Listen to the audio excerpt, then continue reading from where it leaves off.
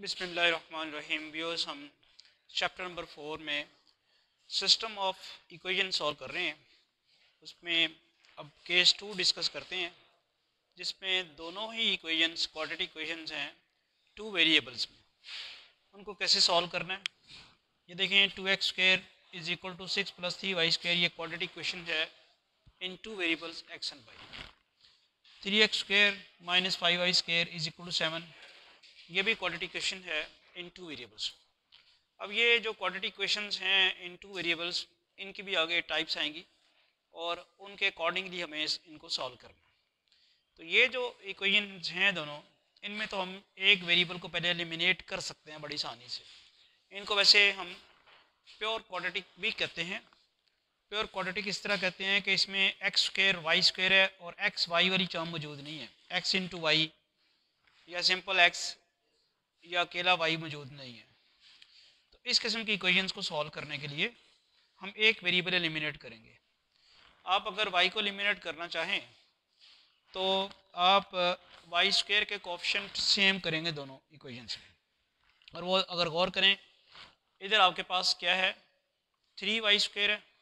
पहले तो आप इसको उसी फॉर्म में लिख लें जिस फॉर्म में ये इक्वेशन है, और उसके बाद आप इसको मल्टीप्लाई कराएंगे। इक्वेशन नंबर 1 देखें, इसको मैं लिखने लगा हूँ 2x² - 3y² is equal to 6। अब मुझे नज़र आ रहा है कि अगर मैंने इन दोनों इक्वेशन में से, मैंने अभी इसको छोड़ा है, इस इक्वेशन को लिखा है, इसको भी नहीं मैंने कुछ किया। इस इक्वेशन को इस फॉर्म में लिखने के बाद हमें क्या करना है, हमें y² के, इसके y² के कोएफिशिएंट और इसके y² के कोएफिशिएंट सेम करने हैं। इसका y² का कोएफिशिएंट -5 है, इसका y² का कोएफिशिएंट -3 है। अब अगर इसको मैं 5 से मल्टीप्लाई करा दूँ इस इक्वेशन को, तो यहाँ क्या आ जाएगा, और मैं इसको अगर इक्वेशन को 3 से मल्टीप्लाई करा दूँ तो यहाँ 15 आ जाएगा। फिर मुझे सब्ट्रैक्शन करने से y² वाली टर्म मेरी कैंसिल हो जाएगी। तो मैं यहाँ इसको 5 से मल्टीप्लाई कराता हूँ, वो आ जाता है 5 × 2x² - 3y², 5 × 6। मल्टीप्लिकेशन जब करनी है तो दोनों तरफ करनी है। क्या बन जाएगा, 5 × 2 10x² - 15y² is equal to 30। से मैं इक्वेशन 3 कह देता हूँ। ये इक्वेशन 1 से बनी है 3।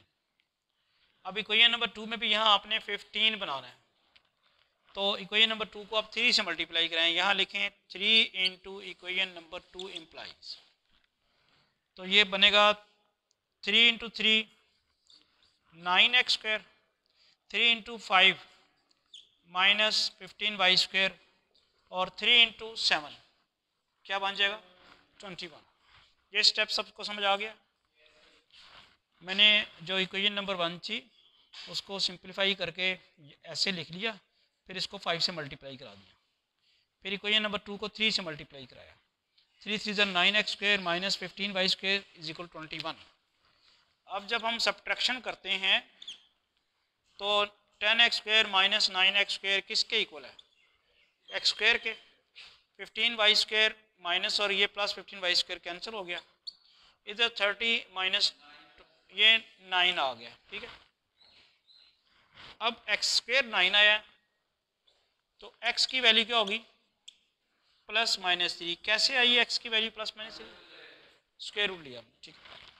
अच्छा, अब आप देखें, अब आप x की ये दो वैल्यूज़ आई हैं, किसी भी इक्वेशन में पुट करें तो y की वैल्यूज़ आ जाएंगी, चाहे आप इस इक्वेशन में पुट कर लें, चाहे आप इस इक्वेशन में पुट कर लें। बारी बारी पुट करते हैं। यहाँ पे x की वैल्यू, अगर वैसे तो ये गौर करें, इक्वेशन नंबर 1 में x² ही है, सिंपल x नहीं है। तो अगर मैं +3 पुट करूँ तब भी 9 आएगा, -3 पुट करूँ तब भी 9 आएगा। तो मैं इस पोजीशन में हूँ कि ये दोनों वैल्यूज इकट्ठी पुट कर दूँ इसमें। ये बात फॉलो कर रहे हैं। अगर यहाँ कहीं x होता ना, तो फिर x = +3 पुट करने से आंसर कुछ और आता, x = -3 पुट करने से आंसर कुछ और आता।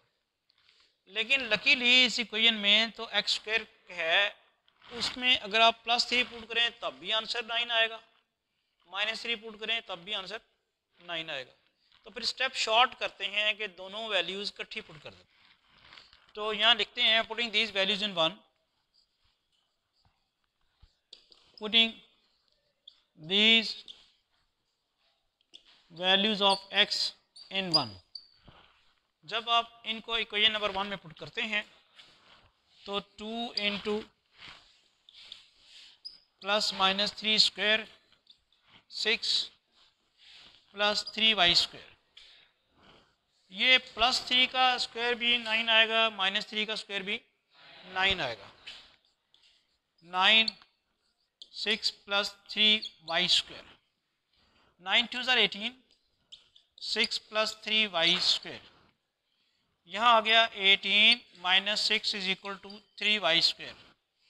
18 माइनस 6 क्या होगा 12, 3y स्क्वायर, यहाँ से आएगा 12 over 3 is equal to y square, 4 is equal to y square, y square is equal to 4 और y की वैल्यू क्या आती है प्लस माइनस 2। अब ज़रा यहाँ समझने वाली बात है कि जब आपने x की वैल्यू 3 पुट की तो y की 2 आएंगी प्लस माइनस 2, जब आपने x की वैल्यू माइनस 3 पुट की तब भी y की 2 आएंगी। या समझ आ रही है आपको? मैंने तो इकट्ठी पुट कर दी ना, मैं बारी बारी पुट करता तब भी आंसर यही आना था। देखो ना, अगर मैंने यहाँ पे प्लस 3 पुट किया होता सिर्फ तो यहाँ 9 आ गया होता और सॉल्व करके y की ये 2 वैल्यूज आ गई होती। x की वैल्यू सिर्फ एक 3 पुट करने से y की वैल्यू 9 ये आ गई होती। अगर मैं x की वैल्यू सिर्फ माइनस 3 पुट करता तब भी माइनस 3 का स्क्वायर 9 हो गया होता और y की वैल्यू ये आ गई होती। तो इसका मतलब ये है कि x की 2 वैल्यूज पुट करने से x की एक वैल्यू पुट करने से y की 2 आएंगी और फिर x की दूसरी वैल्यू पुट करने से y की 2 आएंगी और यही होंगी। अब सॉल्यूशन सेट लिखने के लिए आप ऑर्डर पे लिखते होते हैं, यानी सॉल्यूशन सेट जी, x की वैल्यूज़ हैं प्लस माइनस 3 और y की वैल्यूज़ क्या हैं प्लस माइनस 2। इस फॉर्म में आप लिख सकते हैं। ये इस फॉर्म में लिखने का मतलब समझें क्या है भला? वो क्या है भला? वो ये है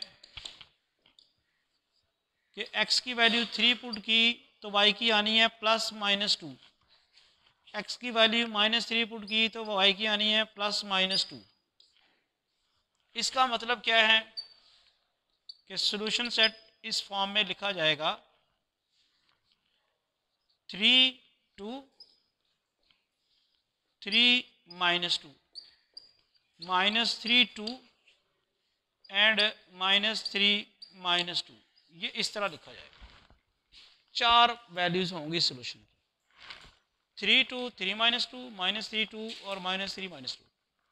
यानी इस तरह लिखने के बजाय आप सिंपली ये लिख लें तब भी आंसर ठीक है। क्लियर होगी बात सबको?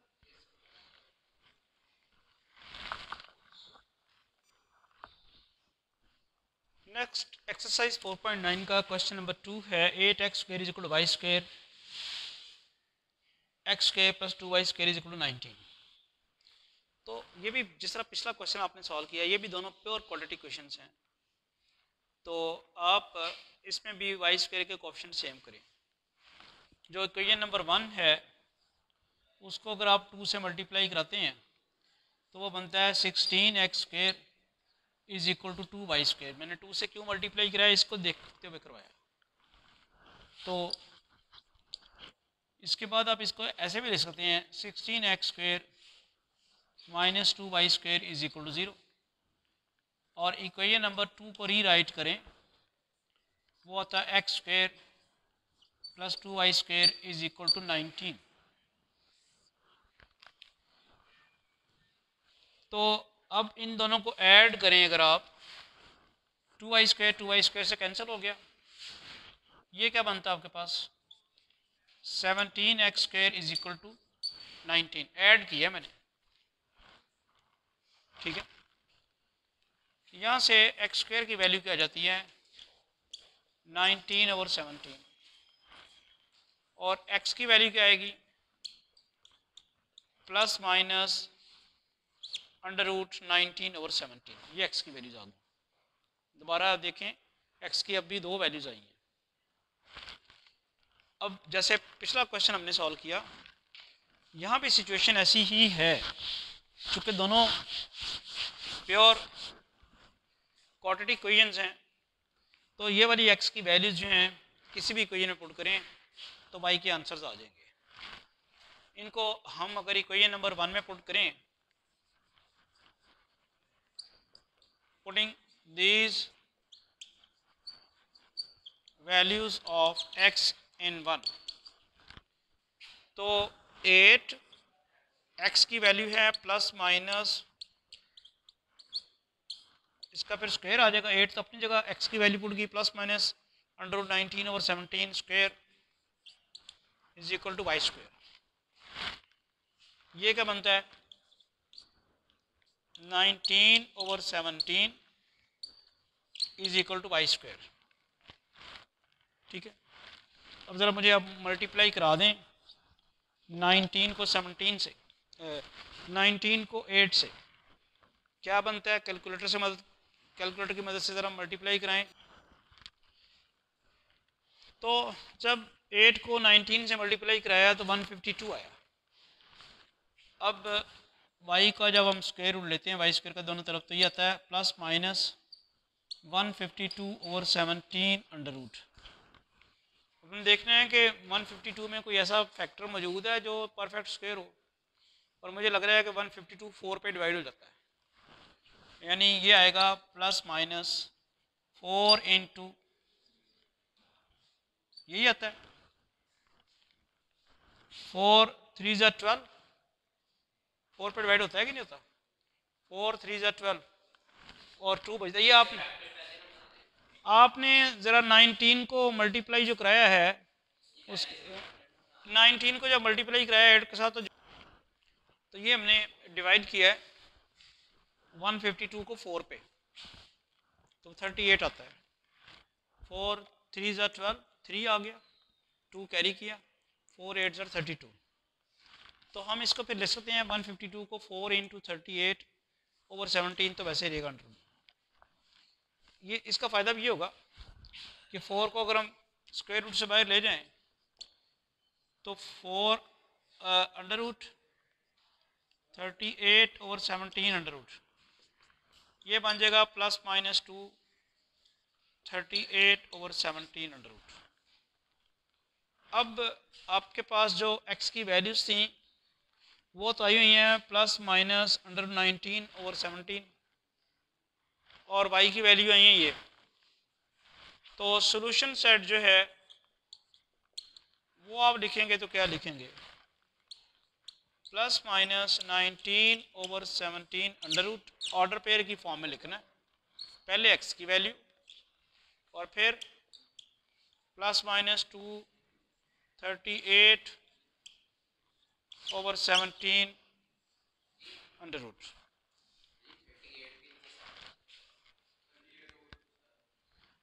यहाँ पे 17 ही नहीं था, 7 कैसे आता है,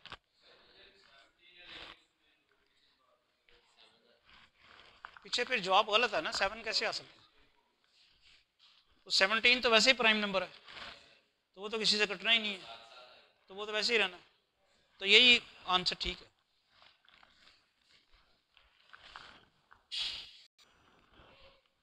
next question number 3, 2x² - 8 is equal to 5y² equation 1, x² - 13 is equal to -2y² equation 2। मैंने फिर y² को एलिमिनेट करना है, उसके लिए मुझे इनके कोएफिशिएंट सेम करने हैं। y² को, ये यहाँ 5 लगा हुआ है, इसको मैं 2 से मल्टीप्लाई कराऊंगा और इसको 5 से मल्टीप्लाई करूँगा, तो दोनों सूरतों में 10 बन जाएगा। तो मैं जो ऑपरेशन लिखता हूँ ये लिखता हूँ 2 into equation number 1 implies, equation 1 को 2 से मल्टीप्लाई कराया तो 2 2 = 4x² - 16 is equal to 10y²। इसी तरह इक्वेशन नंबर 2 जो है इसको आपने 5 से मल्टीप्लाई कराना है, 5 इंटू 2, 5 इंटू इक्वेशन नंबर 2, तो वो आपके पास क्या बन जाएगी, यहाँ बनेगा 5x² - 13 को 5 से मल्टीप्लाई कराएंगे 65, और इसको कराएंगे तो -10y²। अब आप इनको सिर्फ ऐड कर दें अगर, तो ये क्या बनता है 9x², ये क्या बनेगा 15 होता तो क्या होता 70 80 81, तो ये बना 81 और ये तो कट गया ना, इज इक्वल टू 0 आ गया। यहाँ से 9x² is equal to 81, x² is equal to 81 over 9, x² is equal to 9, x is equal to ±3। ये आपके पास x की वैल्यूज़ आ गई हैं दो। जी नेक्स्ट हमने ये वाली जो x की वैल्यूज़ आई हैं इनको दोनों को इक्वेशन नंबर 1 या इक्वेशन नंबर 2 में पुट कर दें तो y की वैल्यूज़ आ जाएंगी। अब ये इक्वेशन 1 और 2 दोनों प्योर क्वाड्रेटिक हैं, तो हम जब प्योर क्वाड्रेटिक होती हैं तो वैल्यूज़ इकट्ठी पुट कर देते हैं। तो इनको पुट करते हैं, putting these values of x इन 1, तो आएगा 2 इंटू एक्स प्लस -3²। मैंने 2 अपनी जगह रहा, x की जगह +-3 पुट किया, उसका स्क्वायर है। फिर -8 इज इक्वल टू 5y², ये बनेगा 2 into 9 -8 is equal to 5y², 18 -8 is equal to 5y², 18 -8 10, 5y², 10 over 5y², क्या बन जाएगा 2 इज इक्वल टू y², और y² की वैल्यू क्या आएगी 2, या फिर y की वैल्यू क्या आएगी ±√2। x की वैल्यूज पुट की हैं और करस्पॉन्डिंग y की जो वैल्यूज आई हैं वो आई हैं ±√2।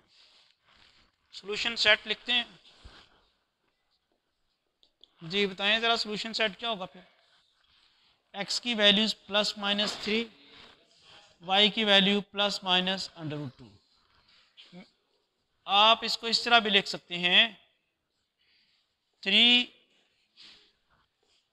√2, 3 -√2 और आगे क्या आएगा -3√2 या फिर -3 -√2। तो चाहे आप इस तरह लिखें चाहे इस तरह लिखें, यही यानी सॉल्यूशन है, एक ही बात है। क्लियर हो गया कॉन्सेप्ट। अभी हमने 4.9 में जो 3 क्वेश्चन सॉल्व किए हैं वो उन क्वेश्चंस में दोनों इक्वेशंस प्योर क्वाड्रेटिक थी। नेक्स्ट टाइप के जो क्वेश्चंस होंगे वो इंशाल्लाह हम नेक्स्ट लेक्चर में सॉल्व करेंगे। Thank you.